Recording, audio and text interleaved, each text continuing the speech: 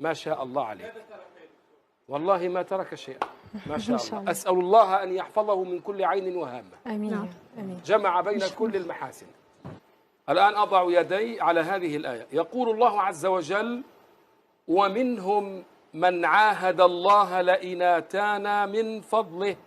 الآية التي قبلها يحلفون بالله ما قالوا. أحسنت، انتظر. لا إله إلا الله. والتي قبلها أيها النبي أجاهد الكفار واللي قبلها وعد الله الذين آمنوا. وعد الله الذين آمنوا. والتي قبلها والمؤمنون والمؤمنات. صحيح. والتي قبلها ألم يأتكم نبأ الذين من قبل. حسبك. لا إله إلا الله. سورة صعبة وهي سورة الإسراء. هذه السورة اسألوا عنها مشايخ التراويح كيف يقدم بعضهم بعضا. أكثرهم يقول: والله أنا مريض اليوم لا أستطيع أن أصلي. عبد الرحمن أضحكته هذا. أيوة نعم، أنا أعرف الحجج تبع المشايخ يعني. طيب شوف هذه الآية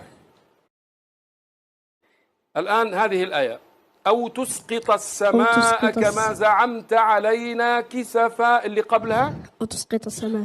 نعم. اللي قبلها أو تكون لك جنة أحسنت. من نخل. اللي قبلها وقالوا لن نؤمن لك. اللي زيد. قبلها ولقد صرفناه بينهم. اللي نعم. قبل قل لئن اجتمعت الإنس والجن. حسبك حسبك. لا إله إلا الله.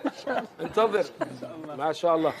الآن يا شيخ سأنتقل بك إلى سورة الأنعام. من قوله عز وجل: أولئك الذين هدى الله.